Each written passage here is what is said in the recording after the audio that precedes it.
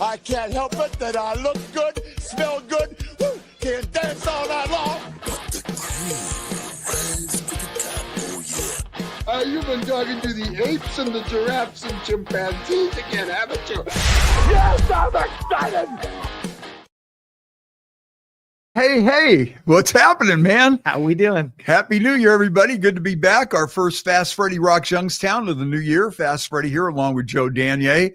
But I'll tell you right now, next week we got to be off because Ohio State next week. And I don't 100%. think, I think not everybody would want to tune into the podcast. Well, most people do. I don't want to take away people, take away viewers from the Ohio State game. Yeah, maybe they'll put us right at halftime. Like, yeah. we'll We're going to be the halftime entertainment for the big game, man. So how about Ohio State, though? Oh, I think losing to Michigan really put them on. And that lit a fire under those guys. Yep. So let's go, and hopefully they beat the Irish. That's going to be a good one. But anyways, good to be back here at the Youngstown Studios in beautiful downtown Youngstown. Our first show of the new year, and baby, it is cold outside. Single digits, baby. Single digits. Next week's even going to get colder. They said a couple times you're going to wake up in the negatives in the morning before wind chill. So yeah. Well, I was down in Florida for a couple of days, so seeing my little grandson Noli. Look at him, boy. There we go, everybody. Look at that, the cutest baby in the world, smartest, best looking. There's a lot of grandbabies out there, but boy, that's Noli right there. He's the man. So it was good to spend a little bit of time with him. And family's good. Everybody down in Florida holding their own. Yeah. No problem from the hurricane or anything like that.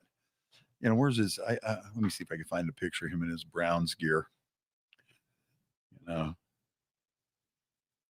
would see my mom too down in North Carolina, down in Hatteras over the holidays. That was a good time. And my one sister that usually, who's a Steelers fan, and my mom's a Steelers fan, but she's a little out of it. So when we dressed her up in Browns gear for the holidays. There's Noli in his. I don't know if you can see that in his Browns gear there. Yeah, there he is.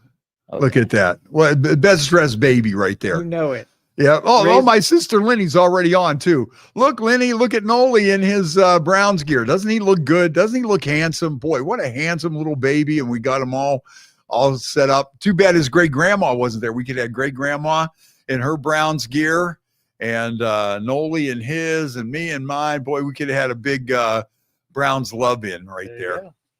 Boy, how about the Browns though? We lost Lenny. Sorry, Lenny. He's still mad that we had my mom in the Browns gear. And we went to a couple of places and everybody was just complimenting her, going, "Oh, you look great in that." Heck yeah. And so anyways, it's good to see Noli in his Browns gear. We did have a meeting about Noli being a Browns fan.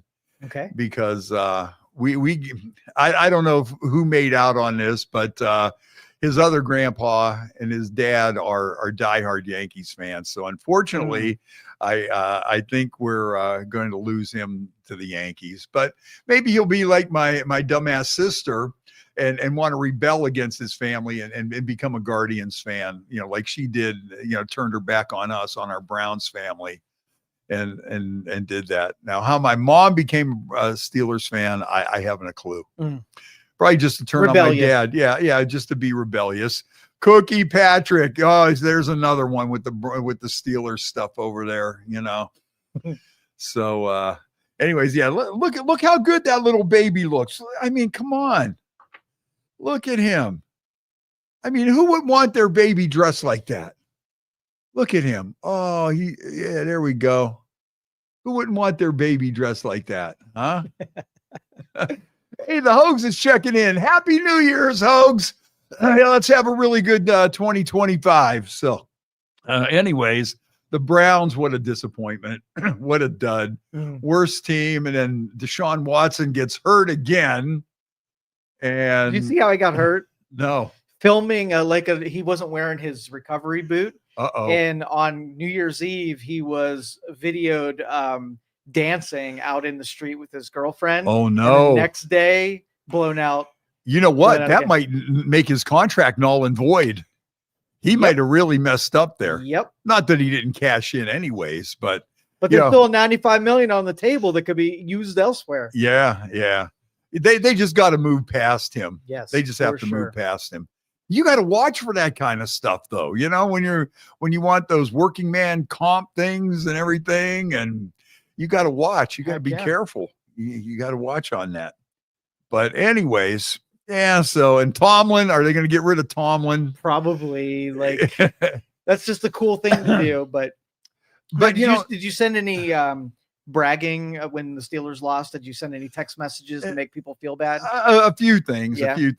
I'm sure I probably sent Cookie something, and my sister Lynn, and a few other people on there. Hit them when they're down. Yeah, I was mainly focusing on Michigan fans with Ohio State stuff. Is what I was really. That's where my main energy was. Yeah, but boy, how about the Buckeyes? Mm-hmm. Fingers crossed on that, man. Fingers crossed. Yeah, it's good to see. I like this new playoffs template. You wouldn't have seen Notre Dame in there, right? Yeah, for this. So it's really good to see different names up there. Yeah, not SEC dominating the whole thing. Yep, exactly. And I thought the games were all exciting. Some people, of course, are going to bitch and moan about it, but I thought all the games were exciting. I thought there was a lot of action in that. And I thought it was really worth it. I really did. I thought it worked out just fine. Yeah, Penn State kicked ass. Yeah, that was good seeing them up there. Yeah. And all the games seemed to be really pretty good. Absolutely. But I mean, I wasn't sitting there fixated on every play. So, but I thought that whole thing went really well. And the Cavs just kicking ass. The Cavs are for real. They're not a fluke. Yep. So how do you feel if you're Jimmy Haslam? You have the Cavs, the best team in the NBA, hands down. And then they have, then you had the Guardians who battled it out with the Yankees for the World Series. The Yankees bought that World Series, and look what it got them. Nowhere, really. Yep. Yeah, they spent all that money to beat the Guardians with the third lowest payroll in Major League Baseball. That's what they did with all that money. Yep. Yankees I should say. Yeah, they should only play if they win. Wouldn't that be something if it was like, racing or whatever? You don't win, you don't get any money. League minimum, like $280 in a parking pass. Right. You don't win, that's it, man. You don't get paid today. Oh man. That's they try a little bit harder at these games. Don't you think it would be a little bit different? Yep. Yeah, okay. Cookie's gonna call Children's Services tomorrow for Noli in his Browns gear. I don't know. He looks pretty happy. I don't see him. Look at that smiley face and everything. I don't think. I think he's enjoying it. He feels good. But let's see. His great grandfather never had a chance to see the Browns win a Super Bowl, but he saw him. When they used to win the championship, 8 straight championships. Mm-hmm. How many Otto Graham when Otto Graham was the man and all that. So his great grandfather did get to see that. Now, his father. Been waiting now for about 67 years, hasn't seen it yet. His uncles who are now in their 20s and 30s. Well, this might be a blessing because I know a lot of guys said that they just want to see a Super Bowl before they die. So them not winning the Super Bowl might be preserving life for a bunch of people. Think about the die-offs when that happened. I don't want to. My thing though. I don't want to be crippled. I don't want Noli pushing me there like in a wheelchair and I can't, drink, or maybe I want to set a sofa on fire or whatever. My whole thing is, how they bitch about the Eagles fans. Oh, the Eagles fans are stupid, or they show these people in these celebrations. And at first I want to pile on and say, yeah, look at those idiots. But I really have no idea what I might do if the Browns ever won a Super Bowl. If I'm still healthy enough, I mean, you'll light something on fire, flip a car, do something. Like that. What am I going to do? Noli's going to wheel me up in my wheelchair, and then maybe I'll get my oxygen tank and set a car on fire or a couch. With your cane, put a little blowtorch at the end of the cane. Yeah. Or how am I going to be the guy that climbs up on a light pole and crashes through like a marquee on a restaurant in Cleveland, So, it'd be a sin. Absolutely. So I don't know. It's got to happen soon, or I'm going to miss out on my prime. But that's why I don't really like to really talk about Eagles fans, and they got to grease the poles so people don't climb up the light pole and fall off and stuff. There's no telling what I may do or what anybody will do if the Browns ever won the Super Bowl. It'll be mayhem. No matter what, it'll be mayhem. I mean, I went up there for the Cavs win, And I'll tell you what, that was a lot of fun. That really was a lot of fun. And boy, I saw that and I go, man, if the Browns win the Super Bowl, I can't even imagine what this town would be like. It would be going crazy for days. Yeah. You know. Oh, okay, my sister has volunteered to push me off of a restaurant in my wheelchair when I get to that point. She's so nice. Yeah, you know, every once in a while she does step up and offers to do something nice. Right. And help me one way or another, push me off a building. Oh, did that guy shimmy up the pole like a crazy man? No, he's 85 years old and his sister pushed him off in a wheelchair. Sisterly love. You know. And boy, did you see the way his oxygen tank exploded when he hit the ground? Oh, that was awesome, man. Maybe I'll go down though as the super fan, you know, when they go back and look back and then when the Cleveland Browns finally won the Super Bowl, look at this one. Somebody said maybe I could catch Cookie's car on fire. Yeah, Jody, you got an idea there. I like the way some of these people are thinking. I like how everything is falling into place. I think that would be pretty cool, but the Cleveland Browns, the biggest joke in pro sports. This year's over, though. And then this whole Deshaun Watson thing crumbles and crashes to the ground. And, you know, it just, the whole thing falls apart. And all these owners are still pissed at Haslam for offering the guaranteed contract because none of these other guys wanted to do that. There was one dumbass out there that thought, oh, yeah, let's just give this guy. And then you see the Houston Texans and CJ Stroud. Let's see. Where did that guy play at? Oh, 3 hours from the stadium. And he's in the playoffs. And the Houston Texans are in the playoffs. And they used to have Deshaun Watson. And they don't anymore. And people are pissed about the moving of the stadium to the dome in Brook Park. They're mad. I just wonder if Haslam isn't doing this all on purpose. So, you know, the stadium looks like a dump. We got to move it. There's nothing going on there. We can't win games because our stadium is 20 years old. Yeah. See, that's the problem with him. If he's going to try to get that taxpayer money, you know, you make these stupid kind of moves. It's, you know, it's ridiculous. Yeah. And the city of Cleveland demands better. But us morons, we continue to, it's almost like a thing. How much can you take? Yes. You know? It's like, how much can you take? All right, what are you going to do to us this year? We're almost like masochists here, you know? It's all like this S&M crazy kind of sickness where, okay, what can you do to hurt me now? You know? You're going to stick what, where? Ooh. Wow, that might hurt. YOLO. Wow, that looks pretty big to fit in there, but no. You know. Espresso is very good today. It's very excellent. Excellent. Yeah, no, it's really good. Let's see. Michael Jones says that he was in the St. Rocco's grease pole contest a few times back in the 80s in Cleveland. Whatever happened to all that good kind of fun stuff? The grease pole. Remember grease pig contest too, where the little kids that have a grease up a pig. Now the animal rights people would probably be all over you, like, what are you doing? You know, but they used to have the grease pig contest. Those always used to be fun. Even for adults, that was fun. You know.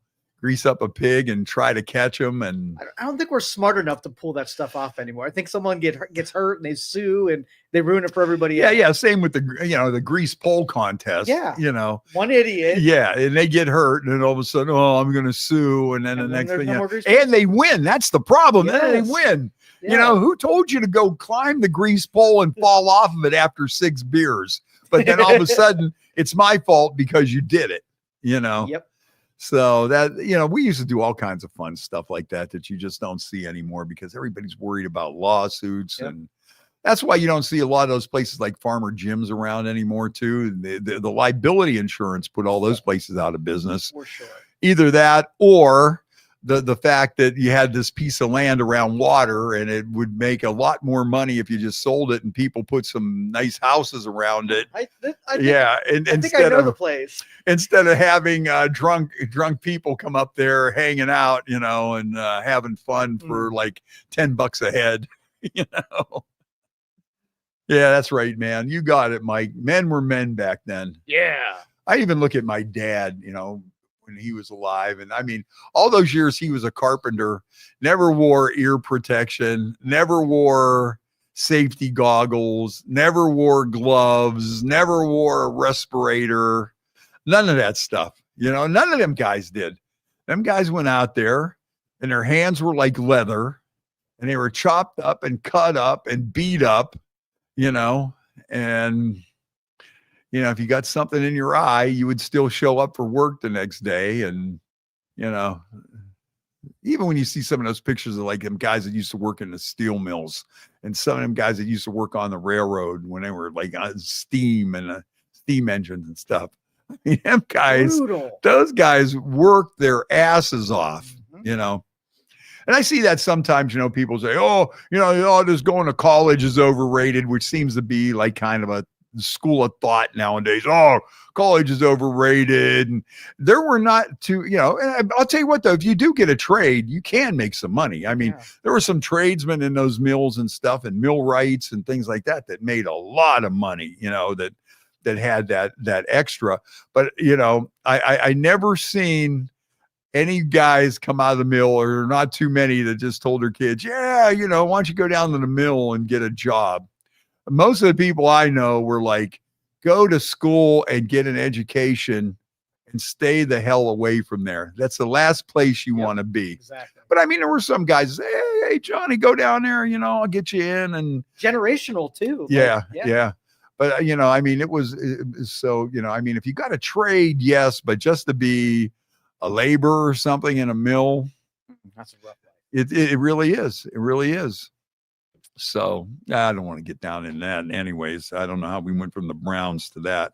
Well, the grease pole, because we want to show you how real men celebrate when their team wins. And lighting shit on fire. That's Absolutely. right. Yeah. Oh, you Eagles fans think you got the corner. You got the niche on that, or the reputation. You haven't seen the Browns fans what we got in store once we win. Yep, we got pent up sadness to go along for years and years and years. That's why I'm hoping Detroit wins. That's who I'm rooting for, because Detroit's a long suffering team like us, a blue collar town, Great Lakes team. You wouldn't mind seeing them win. For their fans deserve one. If I can't have one, well, I hope that they get one anyways. That's fair. Yeah. So now, what was this thing I saw on one of your podcasts? You were talking about sex robots. What's up with the sex robot? What's going on with that? So they demonstrated it's not a sex robot, it's a companion robot. Oh, okay. And they built out so that they have the regular robotic skeleton, but they started building rubberized parts that make it feel more like a human being. And the advertisement was them reading to people in the nursing home, and it's exactly what this robot's going to be used for. Oh yeah, and, right. Cleaning off the count. But we need the anatomically correct robot to read to Grandpa. It's an upgrade. Yeah, the heated vaginal cavity is an upgrade. Okay. And no, they've been testing out on the sex doll part and also like the service doll. Guess which one's more popular, of course? The one that reads stories, the Grandpa. 100%. Yeah, that's the one I would figure. And I'm sure they're not all going to nursing homes. I bet you're right that they are not. But for $40,000, you can buy this robot, right? One-time purchase, like a car. And would you, if it could do all the things, read to you and check your mail and mow your grass and work, 20 hours a day, would you pay $40,000 for a companion? I'm too old school for that. I'm not spending $40,000 on any of that. But you know what? When you look at, the care for the elderly and how it's hard to get people to do that, that might be the wave of the future. Heck yeah. I mean, take the sex thing out. But anything that we invent, that's the first place we take it. Yes. Well, when you started with the camera, what was the first thing they probably did that people took a picture of? You know, You get, well, even with art, what was the first thing like these guys, Movies. what do they paint? And then all of a sudden the camera comes around. Oh, what's the next thing we're going to take a picture of? What's interesting and will get people's attention? More movies. Oh, a movie camera. Let's see. What can we use this movie camera to take pictures of? Movies. Yay. Yeah. Oh, it's a VCR. What can we put in this VCR? Let's see. More boobies. I need a new sound effect. Yeah, right. Or Jerry the King Lawler. Remember, he always said, puppies, whenever the divas would come out, and that'd be the first thing. Puppies. A little more subtle than my boobies. But Jody says that maybe you get the robot and it's cheaper than a divorce. Could That's be. true. Over the lifetime, you got to be able to, say what your net benefits are. Yeah. Total cost is the robot have upkeep and go to the spa and all of that kind of stuff. Right. Versus the jobs that it can now fill. Like what if it could go out and be an Uber driver for 20 hours every day, drive a car around and give people rides? That's an employee. Right. You can actually make money doing it. Right. You know what I think they really need to do, though, if I was ever elected, and I'm surprised nobody's been on this, we need to tax robots to pay for Social Security. That's been my thing. If you got one of these big warehouses, and it's loaded with all these robots that's doing this stuff. And, all these local businesses are closing and we're, because people are ordering things on Amazon more and the brick and mortar places are going down. I really think that we have to put a Social Security tax on robots to keep this going. And nobody's even mentioned that. Nobody's even brought that up. Well, what about, let's just say one day they just replace all the dock workers with robotics. The universal basic income is basically a check that they cut to people for existing that gives them sort of like a baseline of survival. With so many people displaced by robots, you're almost going to think that has to be something. Yeah. If you're going to have these things in here and you're making money, the company's making money, the guys that own the robots are making money, you're going to put all these people out of work. You better shell up and pay your fair share. Heck yeah. And I'm surprised that nobody even talks about that stuff, because we're going to be so after the fact, and it's going to happen after it's already happened and it's too late. Yeah. Like I'm telling you. I could see that coming a mile away. Yeah. I could see that coming a mile away. It's, this is something we should have been on 10 years ago, 15 years ago. And now if you want to do a tariff, now, you know what, if you're getting something imported from a country that's going to just use all robots, you're going to pay for that. If you got a big warehouse out here somewhere and we have people not working and you're still making the even a bigger profit than you were making before and you're not paying your fair share, I mean, somebody's got to get on this sooner or later, but we won't. We're too busy. We'll name it the Gulf of America or whatever else we got going on that's going to divide us instead of looking at things that are really problems, And with people who know how to solve problems, not these stupid politicians. Right. I don't know. I don't even want to go down that. We're getting too close. I hear you. We started on sex robots, and I thought that was really a safe topic. Yeah. No, I do too. I'm just fascinated by that, But I'll tell you though, I mean, that could really revolutionize the nursing home business. Heck yeah. If you get it right, because there's a lot of people that don't want to do that. And I'll tell you what, being a caretaker for an elderly person is no picnic. And the caretakers, even I know my sister, she's stretched to the max on taking care of my mom, and there's a lot of things there. Honestly, if you could get the ass washing robot, you're going to have yourself something there. Heck. Really, or something that's strong enough that you could lift somebody up, set them on the pot, put them in the tub, things like that. Even a companion for someone who doesn't go into the nursing home, but's up in age, like having a robot to feed them and help them and whatever keeps them in their house longer. Yeah. Or you know what too? And I'm sure you could probably program the robot with, is the person in a room where they shouldn't be, or did they stray from this area? Are they going out of the house? Holy crap. What are we going to do? grandma's, out on the porch with no top on or something, Right. and all this stuff happens, a lot of people don't realize it until it hits you, though. That's another one of those things. Once you realize and you look at, the care for elderly, especially when they start getting dementia and stuff, it is no picnic, and it's highly stressful. And if you had a robotic companion, I think that would help things a lot. Heck yeah, a lot cheaper than the nursing home too. Like 40,000 versus a couple 100,000. Yeah, easy. Yeah. Or maybe you would probably need somebody to be there and come in once in a while and everything, but probably not that constant care, So The table of good ideas. It is. Yeah. And we didn't even drink any alcohol yet. We might have to have a little sip here for the new year. We have got to have a little sippy poo. Or what is one? I'll get you one. Yeah. Okay.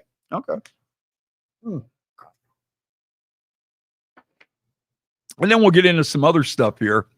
But that was the thing on the top of my mind was the, the Browns and Tomlin and all that kind of stuff, I don't know. But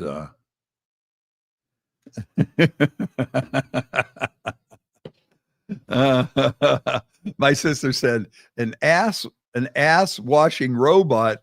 Who the F says that? Your mother. That's who. If you would have been at the last gathering with your mom, there was a lot of ass wiping talk going on. I'll tell you that. Paul Mavrikis, Greek, what's up, man? Happy New Year, brother. Hopefully we'll see us here sometime in 2025. That'd be good to see you.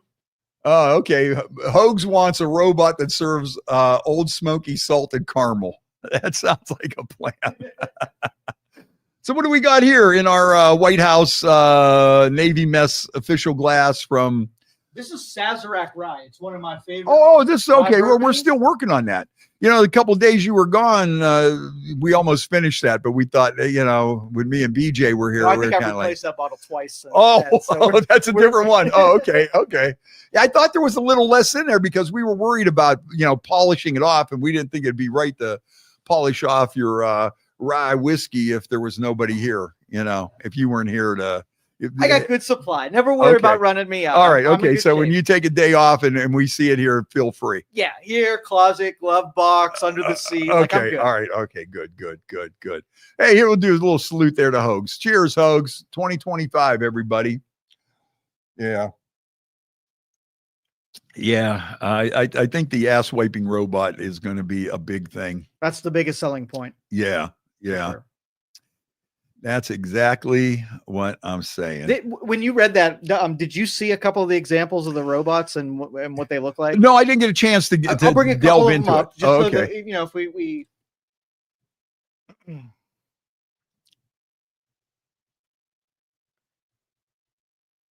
let's see if I can find. Okay. Well, the sex robot thing, they've been working on that forever, all they had to do, they already had the inflatable woman there to start it off, with the round mouth, like, woo. I'll find it in a little bit. Okay. Oh, also, you know what? This just hit me and I forgot all about it because I was so busy. Maybe the following week we'll rerun some of our interview with Steve Ace Acker. Remember Steve? Yeah. Remember Ace? And he passed away last week. Oh, no kidding. Yeah. So he was a member of the band Law. And I'll tell you what, he had a fascinating story. He got his career started. One of the first local bands he was in was a band called Bent Willow. And Bent Willow featured Myron Grombacher, who went on to be Pat Benatar's drummer. And then he formed a band Law. And Law was kind of like a little bit of a funky type rock band. They had some of that funky rhythms. And they got signed by Roger Daltrey from The Who. And what happened was, it was really crazy. This guy gives Roger Daltrey a cassette tape that he wanted Roger Daltrey to listen to. And the guy says, hey, I'd like for you to maybe listen to my tape. Well, Roger Daltrey puts the cassette tape in on the other side and he hears Law. And he goes, I love it. This stuff is great. And so Roger Daltrey signs Law to a recording contract. And Law went on. They played with the Who for a couple of years, and it was just amazing on how that happened. And then, as usual, the sound of the music changed. They didn't really fit in. They were a little too funky. They weren't quite this. They weren't quite that, and kind of fell by the wayside. As a lot of these bands, they get signed, and that's a pretty common thing on. You get signed, you get that record deal, but to maintain it is probably almost beyond. And now you don't even get record deals and stuff anymore. And I still say that's one of the biggest problems with the music business today is that you don't have those record companies that can make stars. Back in the day, record companies, they were cutthroat, they were ruthless. And, a lot of people got ripped off in the music business, but they had the power to make stars, and they did. Absolutely. Yeah. When you look at the people that are still around today, it is because of the investment and the push of the record companies. And talent, don't get me wrong, and talent, but I mean like Fleetwood Mac and Pink Floyd and Eric Clapton and, all these bands, Led Zeppelin. They could have been just another band that fell by the wayside, but they had the management and, the record labels had a way to make people stars. They invested in you and they wanted their return. So they would do whatever it took, just through the career management and everything. But getting back to Ace Acker and Law, they opened for Chuck Berry. Or they played with Chuck Berry. They were Chuck Berry's backup band. They had this concert back in like about 1972 in Lake Milton. It was called The Most Beautiful Picnic. And this was one of the first, or maybe the first, or maybe the second, because there was one in Newton Falls that a lot of people don't know about. I don't want to get into that right now. But anyways, this Most Beautiful Picnic in Lake Milton was like the first big outdoor happening in the Youngstown area. This was after Woodstock, and this is when all that stuff was really starting to take off. And it was Alice Cooper, Bob Seger, Brownsville Station, Ted Nugent and the Amboy Dukes, Law, and Chuck Berry. And Law was Chuck Berry's backup band. And Steve said that they had a really great time playing with Law, with Chuck, who could usually be very temperamental and kind of a little bit off the wall and wacko, And Chuck was kind of an eccentric dude. He would play by himself. You'd have to have a backup band. And he'd just show up like 5 minutes before the show was to start with his guitar case, jump up on stage, and the band would say, "Well, what are we going to play?" Well, we're going to play some Chuck Berry songs. 1, 2, 3, 4, and then jump into Johnny Be Good, and you better been able to hang with them. So, anyways, so Ace and Law played for them, and this was one of my very first like real rock and roll experiences, and we had not seen each other for years, and we started talking about this. And of course, he remembered they had like it was their album release party or their album preview party, and it was at Peppermint Productions, And I still got to get Gary Ramey on because that guy's got so many great stories. And so, anyways, Peppermint Productions, every single person that was involved in any way in the music business in the Youngstown area has recorded something at Peppermint Productions. It was on the corner of Zediker and Indianola. We used to have Woodside Receiving Hospital right across the street. The Nut House was across the street. And then on the other side of the street, we had Wilson High School. And another nut house. So Peppermint Productions was there. I mean, all these guys from back in the day, they all recorded there, and people that went on to bigger things, Left End recorded there, Gary Markowski and, Bill Bodine, who went on to play with Sergio Mendez and became a big session guy out in LA. And, they had a band, Brainchild, and just anybody that was anybody recorded here at Peppermint Productions. Well, my one buddy, Glass Harp, recorded there. Of course, Phil Kagi and them guys were in there. And so my one buddy from high school, Ron Sabelli, he lived a couple blocks away, and his older brother was the janitor at Peppermint Productions. So he would let us hang out in there, as long as we weren't doing anything, and we really weren't, man. I mean, I was there, I'm reading Billboard magazine from cover to cover, and, these bands would be in there, playing and recording and stuff, and just to watch all that, And so then they have the Law album release party or album preview party, whatever it was. And I'm there, and I'm probably 14. I was probably just 13 and just turned 14 maybe. But I was always into music big time. Like I was fascinated by the Fillmore East, and I was fascinated by Haight-Ashbury and Watkins Glen and Woodstock. And I mean, I just soaked all that stuff up. That's probably why, I got into what I'm into. So anyways, they say, oh man, it's going to be the Law album release party tonight. So I'm there, and I'll tell you what, every like freak and hippie in town, that was into the scene in like 71, 72 showed up for this thing. And I mean, it looked like, people there that looked like Eric Clapton in 1970, people that looked like Crosby, Stills and Nash, big afros, crazy mustaches, beards, fringe buckskin jackets, 40-inch bell bottoms, navy pea coats, round John Lennon sunglasses. It was just like every freak in town was there. And I'm right in the middle of it, like 14 years old. And I was like, this is so freaking cool. And then of course the bands start playing. And from that point on, that was like one of those turning points or whatever. I was like, oh man, this is just like, to be up close on that one. It was like, wow, this is really something else, because a lot of different musicians from around town were there and stuff. And it was just a night to remember. And the Ace, he's definitely going to be missed.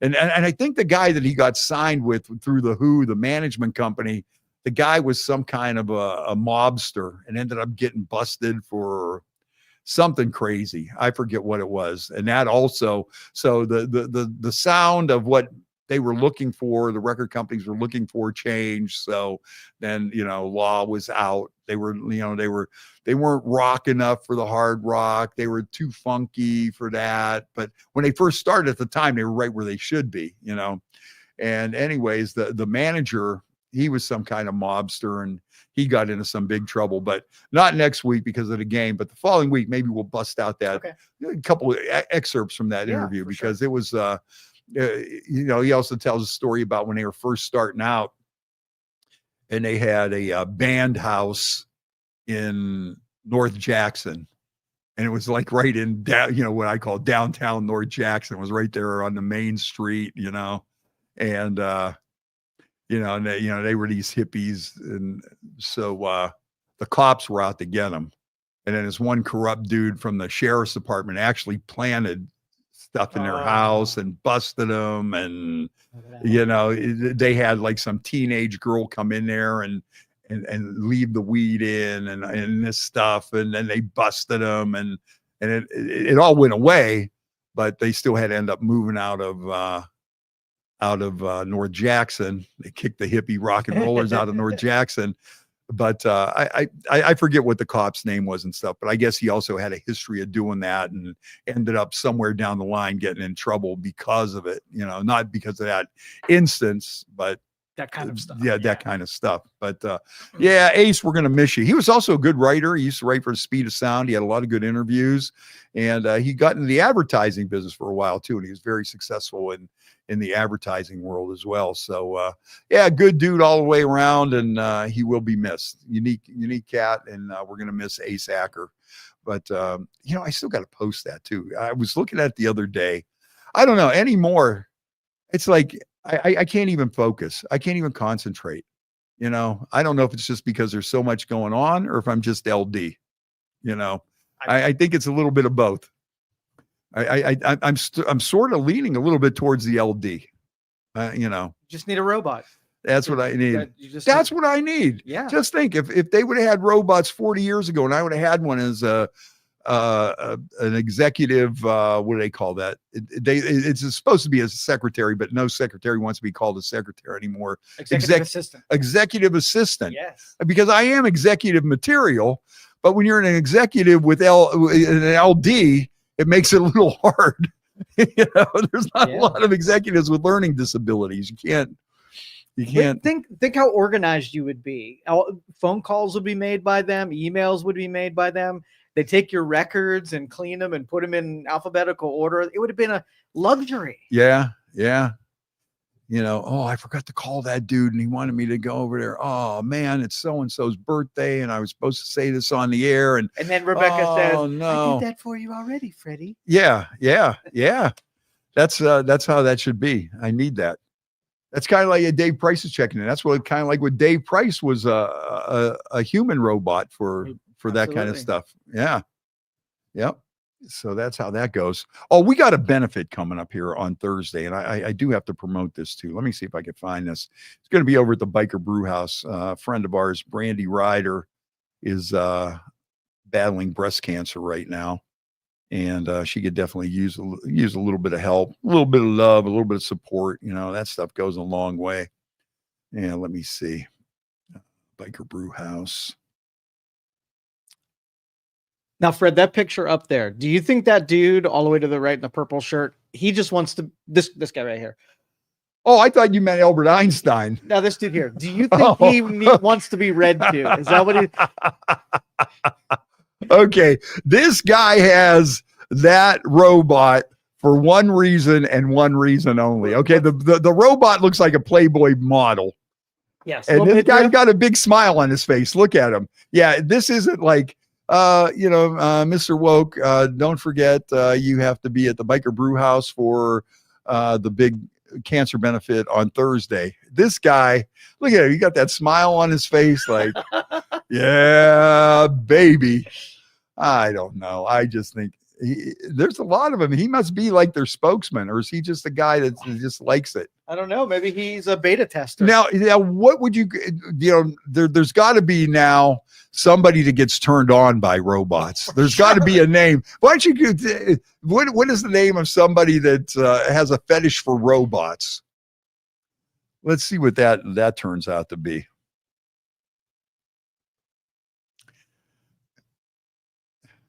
Technosexuality. Robophilia. He's a robophilia. Robosexuality. A robophile. I like robo. I like the technosexual too. He's a technosexual. Okay. Robot fetishism is a attraction to humanoid robots. Also to people who are acting like, oh, okay, yeah, you got to get into this now. Okay, it can't just be, okay, somebody that's into robots, because there's so much more when you start looking into this. It's also people that are attracted to people who are acting like robots. Like that robot. Yeah. Oh, look, it's Tin Man. Or people that are dressed in robot costumes. Oh shit, here we go. A less common fantasy involves transformation into a robot, of course. Did you not see this coming? In these ways, it's similar to, what is that? I don't know, which involves an attraction to the transformation into a statue or a mannequin.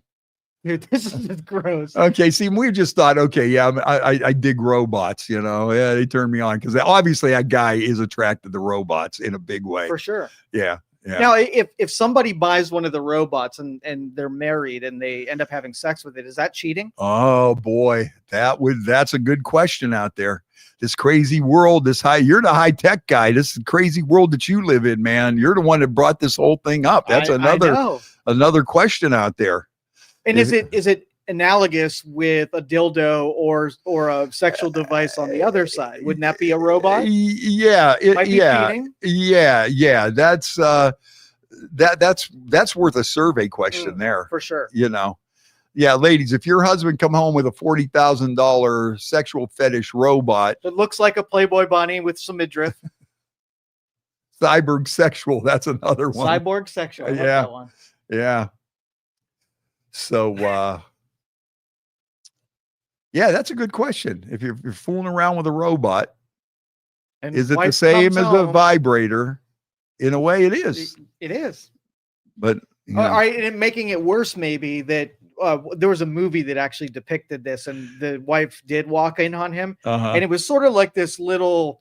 It looked like a CPR dummy, like when you're in high school. Yeah, just the right. torso. Yeah, but the torso had some parts to it. Right, I've seen those. And you put the VR goggles on. Yeah, right. And so now you're seeing a girl in real life in your VR goggles, and you're doing the deed on the little, dummy. Well, see, with that, I think because you're bringing the goggles in, that's almost like bringing in an element of porn. Okay. Where this might just be a utility, a romance enhancer. Yes, right. A romance enhancer, as opposed to, okay, I'm looking at porn and I'm fantasizing about that woman instead of you. I think that's where some of the stumbling block happens.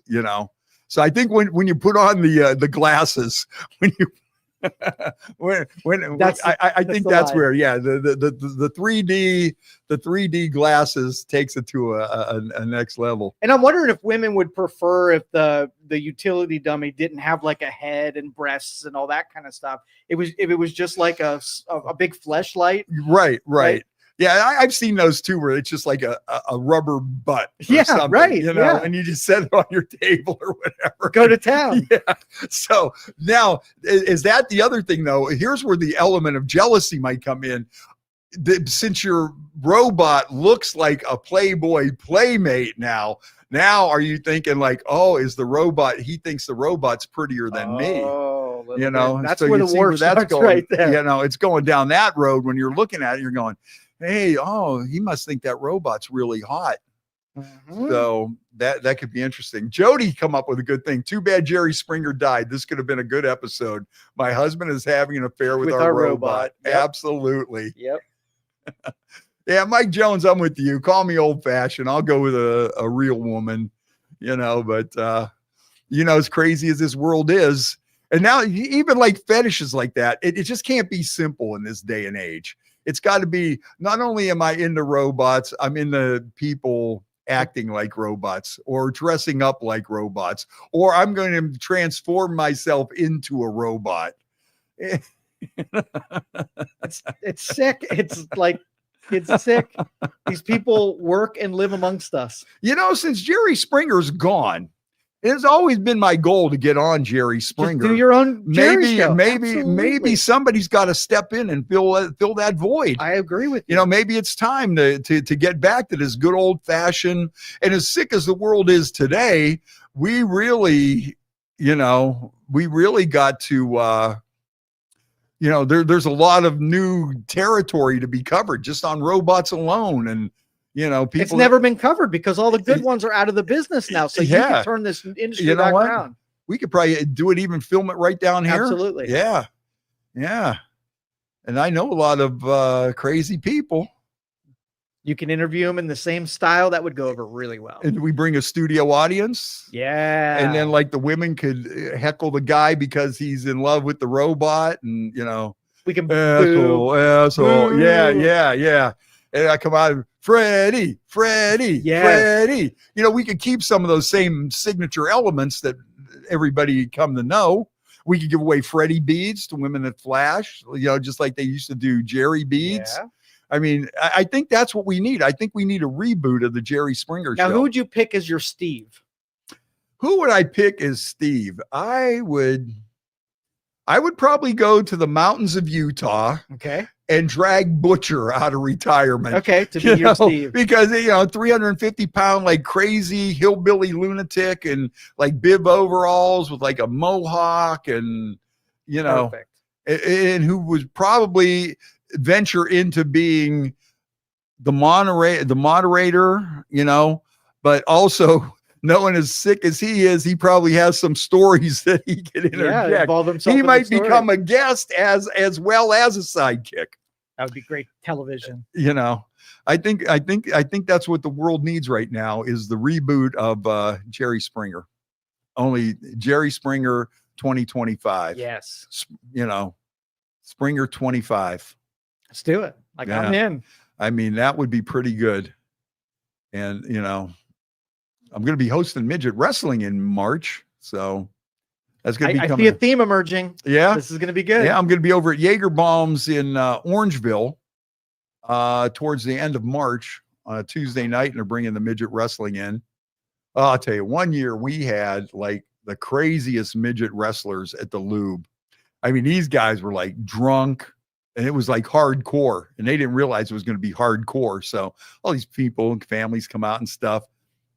These guys just start like stapling dollar bills to each other's nut sacks and stuff. Whoa. And they're like, who wants to make out with a midget? Only they weren't saying, they're dropping F-bombs and everything. People are putting their hands over their kids and they're dragging them out of there. The people at the Lube are going, what's going on here?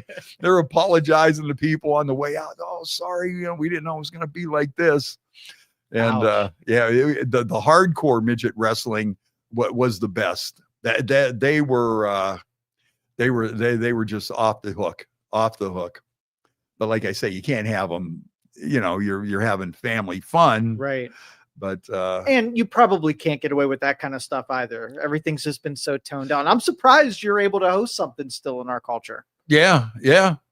Well, you know what though? If they want to do it, if you're comfortable doing it, why should it bother anybody? But I also get the thing is that what if you're a small person and you don't want to buy into all that, and you don't want people to look at you as the psycho midget wrestler, Right. And do you want people coming up to you and want to toss you and things like that? And, and back in the day, they would actually issue warnings for small people around St. Patrick's Day because people would mess with them. Hey, I got a leprechaun. And this was like serious. This was serious stuff, Wow. And so there are people out there. But if you've got a true performer that wants to just monetize their stature, right, and they're all in on it, and that's their thing, right? I mean, we would begrudge a basketball player that's 7 foot tall from playing basketball, right? And we used to work with our one guy, Larry, who passed away, and Larry, he went balls out, midget tossing, anything that you could possibly do, he would do. Haunted house, he would dress up as Chucky. He was in the WWE with Jerry the King Lawler. He was also a Springer regular, when they would have, I have a secret to tell you, and the woman would bring out a midget, they would go through the whole thing. I have found another man. He does it better than you. He does things to me that you can't even do. This guy makes you look like you should be ashamed of yourself. And then the guy's sitting in the chair and he's getting all pumped up like, yeah, come on, bring him on. And then out comes a midget and he hits him in the nuts and stuff. And then the hilarity ensues. Or, there'd be an episode, Playboy playmates that only date small people. And then, of course, here they come again. And the best one they had was the Midget Clan. And not only did the Midget Clan, I could swear that they taped some of that out on Webb Road at the radio station at night when they had like their bonfire and stuff. And I'm looking at it, I'm going, boy, does this area look familiar, But anyway, so the Midget Clan was not only were they completely racist, but they really hated tall people as well. And they would come out and do the whole spiel. And then it turns out though that the Imperial Wizard of the Midget Clan turned his back on them and married a full-size black woman at the end of the episode. And it was just like mayhem ensued, Hogue said, walk down the street naked just to celebrate the weather. That's right. This is one of the, this is words of wisdom that we have lived by for many years from the Hogues. Sometimes you got to pull down your pants and slide on the ice. That's terrible advice, Mr. Michael. No, as a matter of fact, we had a contest like that one day at Waddell Park. Pull down your pants and slide on the ice. And it was for like tickets to get registered for the tickets. We went down to the sled riding hill. And for you to get in, you had to pull down your pants and slide down the hill. My goodness. And it was all inspired by those words of wisdom from the Hogues. Pull down your pants and slide on the ice. Sometimes you got to do it. And I think don't know that's about getting your junk torn up by tree branches and whatever. Oh, but what if it was for tickets to see Kiss? All right. What if you win the freestyle? It's not guaranteed, but maybe we might have gave you a McDonald's gift card or something, you know. So we would have gave you something. It's just amazing what people will do for free. Oh, that's what they got coming up this Saturday. And I forgot all about this because I'm going to be out of town this Saturday. Got to go see Noli again. But they're doing the polar bear plunge out at Mosquito Lake to benefit Special Olympics. Last year, they had a woman in there, Minnie, who is 91 years old and has been going to it for like the last 20 years. And then I really felt like a dope because here I am, I'm shivering. I got ice fishing gear on and stuff. I do not like to be cold. I'll go out in the cold, but I'm bundling up. You know, I got the cold weather gear where I could bundle up and it's not like anything, you know. But when she went out there and did that, I felt like a real chump. It's like, boy, am I a puss. 90-year-old woman's in there, and I'm standing here. Does anybody got an extra blanket? You know, I better have another shot of Jack, you know. Mm-hmm. So that's coming up this Saturday out at Mosquito Lake, the polar bear plunge to benefit. I did that one time before it was even like a polar bear plunge. It was like one of the first radio stunts I ever did. And I don't know how I was going to do it. And it was supposed to be like maybe we were protesting taxes and it was going to be the Mosquito Lake Tea Party and I was going to be the human tea bag and they were going to drop me in the Mosquito Lake on the coldest day of winter and everything. Yeah, that sounds so terrible. And so I was going to do it in a wetsuit. And so Dominic Barragona, our station manager, says, "Oh, you can't do it in a wetsuit." He goes, that'd be stupid. You know, anybody could do it in a wetsuit. He goes, "You just got to go in." I'm going, I don't know. Oh yeah. I'll get back to this other story here. About our buddy Chucky. And we were talking about small people that, you know, would take advantage of their stature and do things crazy and not care and use it to their advantage. Yep. So I'll get to that in a minute. So anyway, so Dominic goes, "I'll give you $20. I go, "I don't know." Okay, $50. I'm like, $50 just to jump in here. I could do that. So I still had like long johns on, but not a wetsuit. And I had flippers and a goggle. And it was the coldest day. I think it was January 23rd, 1980, 81, something like that. We had the whole causeway, Route 88, blocked off in Mecca out of Mosquito Lake. People were lined up from one end of the bridge to the other, 2-3 deep.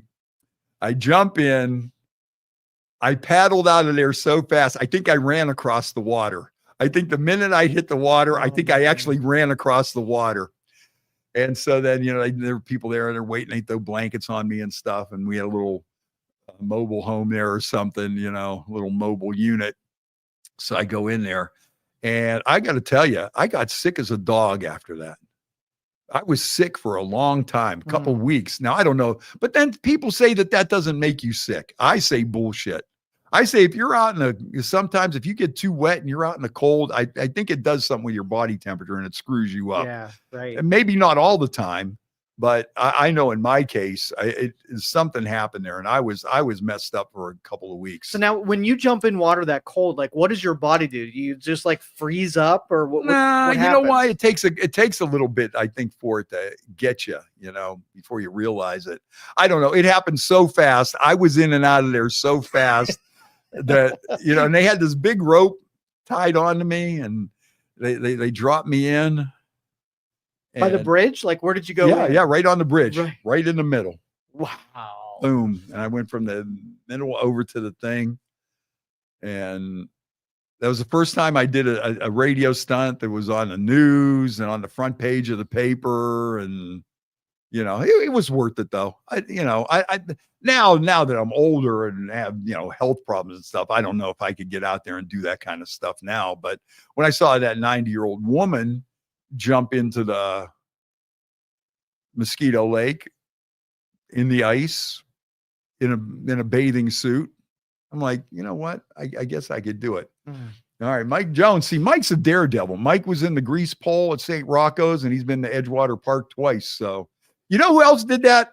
Our buddy Gusto. He would do Buckeye Santa. He would put on a Santa suit and go in because they do prizes too for the craziest costumes, and Buckeye Santa would usually win. Or, you know, I'll tell you what. If I wasn't going to Florida though, I would go. I would be there. I really would, because it's just a fun thing. Okay, getting back to Chucky, the dwarf tossing, Jerry Springer, haunted house, WWE midget. One day we had him. We gave away a chocolate covered midget for Valentine's Day.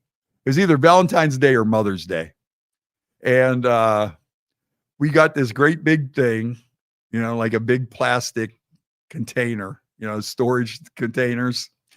So the problem with that was, and he was in a diaper. And the problem with that was, though, the chocolate covered midget, the chocolate was very hot. And he suffered some burns. No.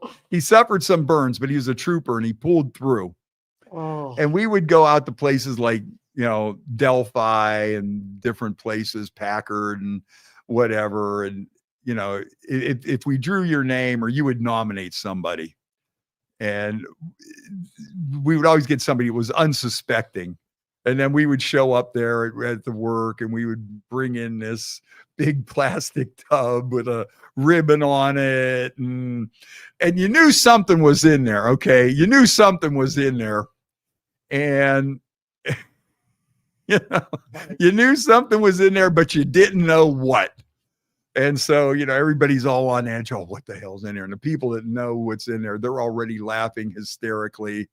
We open the lid, and the chocolate covered midget jumps out, and he's covered in this molten chocolate, which is burning his skin from head to toe. Third-degree burns in a thing of hot chocolate. Oh, so we go to like 2 or 3 different places, and now the chocolate's starting to cool down. It's stuck to his skin. We ended up having to go to a car wash, and I pressure washed the midget. And these big things of chocolate are just ripping his skin off as I'm blasting him with the hose at the Magic Wand car wash. Oh my goodness! And that was a good one. Oh, hey, another winter thing here, and I will be doing this one, is the Winter Warrior to help veterans out at Warren Harley Davidson. Through the month of January, you ride out to Warren Harley Davidson or Long Boys Tavern and Champion on the weekend, and you make a donation, and even just for riding out, you get a free T-shirt, and we raise money for veterans, Fisher House for veterans in Cleveland. And that's one too, that, we get some guys that ride out every day in January. The winner last year rode every single day in January. And of course, we get a lot of people that ride out on that 150-degree day, or 45 and sunny, and everybody's like, oh, I'm going to be a winter warrior. I'm going to go out there. I'm going to get my T-shirt. And then we have a big problem there, and it was so that's coming up. So the Winter Warrior is going on now. Go to Y103's Facebook page, y103.com, Warren Harley Davidson, get all the details. And most people know about it. They know. And then on February 8th, we have a big party out there, and we give away trophies and prizes and cash. And, everybody that rides out, they're in for a $500 gift card and that kind of thing. And so, I got to ride out for that here in the next couple of days. You know what? And I do want to do it on a cold day, so you can at least say, hey, I went out there, on a cold day, instead of we had that 160-degree day at the end of January, and everybody and their brother, I'm a Winter Warrior, Yep. One guy, and they disqualified him, and somebody took a picture of it. And I'll tell you what, I would never even think about doing this, because this would be like getting caught cheating at a fishing tournament. The guy brought his bike out on a trailer and parked it over at the lube and rode over. Oh, I mean, that was like, I can't even believe somebody would do that, knowing the nature of the people involved and just the nature of the contest. I'll give you the going there on the 50-degree day. Some people are a little worried. I mean, you get salt, you get ice. I mean, you're doing this at your own risk. Right. But like, man, you get one guy, like I say, the one dude, he rode from Girard to Warren Harley Davidson every single day in the month of January last year, every day. And so, of course, that guy got to deserve to win, Yeah. And then you get some dumbass bum in a trailer. He parks across the street. Hey, I'm a winter warrior. Get the hell out of here. Hit the road, But that's pretty low. That's pretty low. Yeah, ice fishing. It's starting to heat up.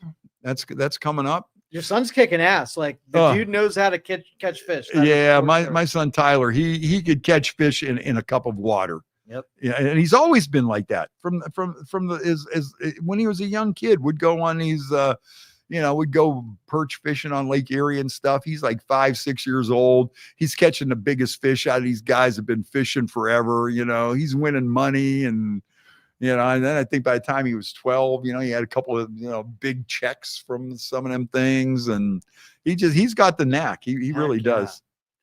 Let's see. I got to tell you about that cancer benefit we got coming up here. Give me a second to dig that one up. But what did I say? Biker Brew House. Okay, Brandy. Okay, Brandy Brew House Bike Night fundraiser. And this is coming to the Biker Brew House this Thursday from 6 to 8. And our friend Brandy Ryder, Brandy Storm, young lady battling breast cancer. And we're going to raise some money for her and help her out on Thursday. So come on out for that. That's always going to be a good time. And what else we got going on? We covered the sex robots, how we're going to reboot the Jerry Springer show. Are any other pressing issues that we need to cover? I've enjoyed the political quietness and things kind of being boring. That's the whole thing. Besides the fires out in California, what are your thoughts on what's going out there? You know what? I don't want to get too far into this, but I think there's a misconception going on right now that if you help out a cause to help these people, that they're only helping millionaires. I think people don't realize this is affecting everybody from the homeless to the millionaires. And a lot of people I'll see will comment, oh, we're still doing stuff in North Carolina. Well, we're Americans. We help everybody. And if you think that only millionaires' mansions are burning down in Los Angeles and it's only affecting millionaires, liberal millionaires, and you don't want to help, I think you're a little misguided on that. I think you got to do a little more research, And some people, I don't like the Red Cross, and I don't like this, and I don't. Well, you know what though? Donate to somebody. Are you donating, or are you just a keyboard warrior? I'm not going to help. This is all because of liberals and their climate change, and that has nothing to do with helping somebody that's a victim of something. I always thought, and I think that's it shows there's that divide in America where whatever happened, hey, we're Americans, man. We got to help California. We got to help this dude. We got to help North Carolina. Yeah. We got to help that guy. That was like growing up. I can remember when there was something that went down, we put politics aside and everybody kind of just jumped in to help the people. Yeah. And they didn't think about Yeah. And I think that's kind of, but I don't want to get into that. I hear you. But like I say, though, I think, I just want to say that I think if you think that you're going to donate to a charity because they're going to help Mel Gibson, you're kind of sadly mistaken. I think there's just this, that's another topic that I don't even want to get into. And see Cookie signed up to actually go out there and help people in California. That's what you got to do. Don't sit there and badmouth shit on somebody's thing. Make a donation or do something yourself or be quiet. That's exactly right. And if you are helping somebody else, well, God bless you. But I always just thought, okay, hey, we're Americans. To me, North Carolina is just as important as California. That's it. whatever happened, this land is my land. This land is your land. From the Redwood Forest to the California or whatever. I can't even think of the words of that song right now, but I thought that was the whole thing. I thought we're the United States of America and we help each other, not sit there and try to find fault and find reasons why we're not going to help this guy or we're not giving to that or we're not going to help this, It was like, oh man, somebody needs some help. What could I do? And I think that's that's one thing that's been bothering me about that, is like, get out there and help, donate something, do something, and if you're not, then keep your mouth shut. That's it. But like I say, if my one thing about that was been bugging me is this isn't just a millionaire thing because it's going on in California, or if you don't like the politics of the governor. So what, some homeless guy or some poor people that all they lost everything and you're not going to help them because, well, their governor's lib and he and the movie stars, they got it coming to them. This is their fault. The attitude should be, man, we got a problem here in America. We got fellow Americans that are hurting and we got to help them, and that's how it should be. So hopefully everybody will, get that idea at some point, but who knows? All right, what else we got? We did the midgets, we did midget tossing, we did the sex robots. I think that's about it. I have stupid criminals in the news or whatever, but I think we did an hour. I think we'll save some for next time. Talk a little bit about our buddy Steve Acker, and once again, all those other things that we have coming up. Once again, for Brandy, we have that cancer benefit this Thursday, Biker Brew House, 6 to 8 o'clock. Somebody could definitely use a helping hand there. Special Olympics, Polar Bear Plunge this Saturday, Mosquito Lake at the swim beach. So head on out there. Don't let Minnie, the 90-year-old woman, take all the glory. Don't let her whoop you. Go. Yeah. Why would you let a 90-year-old woman show you up like Absolutely. That? And that helps Special Olympics and Winter Warrior. If you got a motorcycle, ride out to Warren Harley Davidson during regular business hours or out to Long Boys and Champion. Get signed up. You might win a $500 gift card. We're taking donations for the Fisher House for veterans. And then we have a big party on February 8th. And if you ride your bike out, you get a free Winter Warrior t-shirt. Even if you do go out on the 50-degree day, as long as it's between now and the end of January, if you ride out.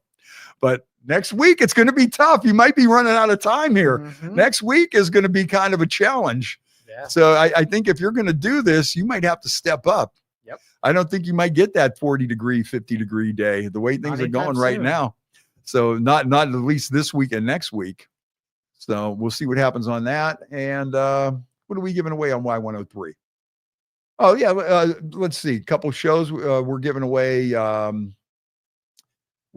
tickets to the Monster Trucks coming to the Covelli Center January 31st, February 1st. Somebody's going to get a chance to win upgrades to a suite, which is always cool. And we're giving away tickets for In the Heartland, the Michael Stanley Tribute Band.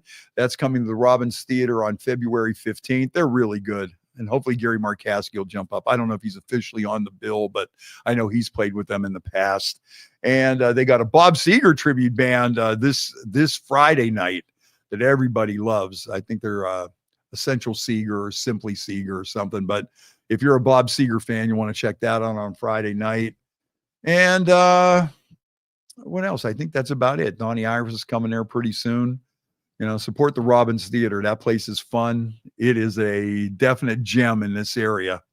What show was I at the last time? Oh, I would see Lou Graham from Foreigner. That was really good. It's just, the thing about that place is it's close to home. It's free parking and the drink prices are right too. And now there's a lot of places in downtown Warren where you can grab a bite to eat now. There's a lot of different places you can go down there and you're home at a reasonable time. No matter what, even if you live in Boardman, Campfield, you're still going to be home in a half hour tops. So, and they've just been bringing in some, they get these guys, some people might say, oh, that guy, he's washed up or, when you see a lot of these guys that have been there and still had musical talent, and it had played for all these big that have been a part of the scene, like a guy like Dave Mason from Traffic, and Justin Haywood from the Moody Blues, and these guys can still play, and these guys have been around the world, and they with the Beatles and with this and with that and with Led Zeppelin, and they've been a part of that scene, and sometimes I like to see somebody with a lot of talent up close. Maybe it's not Def Leppard in your face, but at least you could see the guy playing. You're right there, and so support Robbins Theater, support Joe, Youngstown Studio, whatever high-tech needs you got going on, Joe. I'm sure he's going to be getting into the robots. So when is Youngstown no Computer cleaning? No services there. Not me. Yeah, you could hire a guy. Or do you hire a robot to clean the robots before you work on them? 100%. What do you call them? Ass cleaners?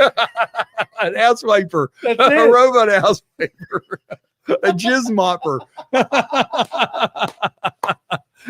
Oh. So yeah, when you bring your sex robot to Youngstown Computer to get service, we would ask that there is a cleaning fee if you don't clean it before you bring it down.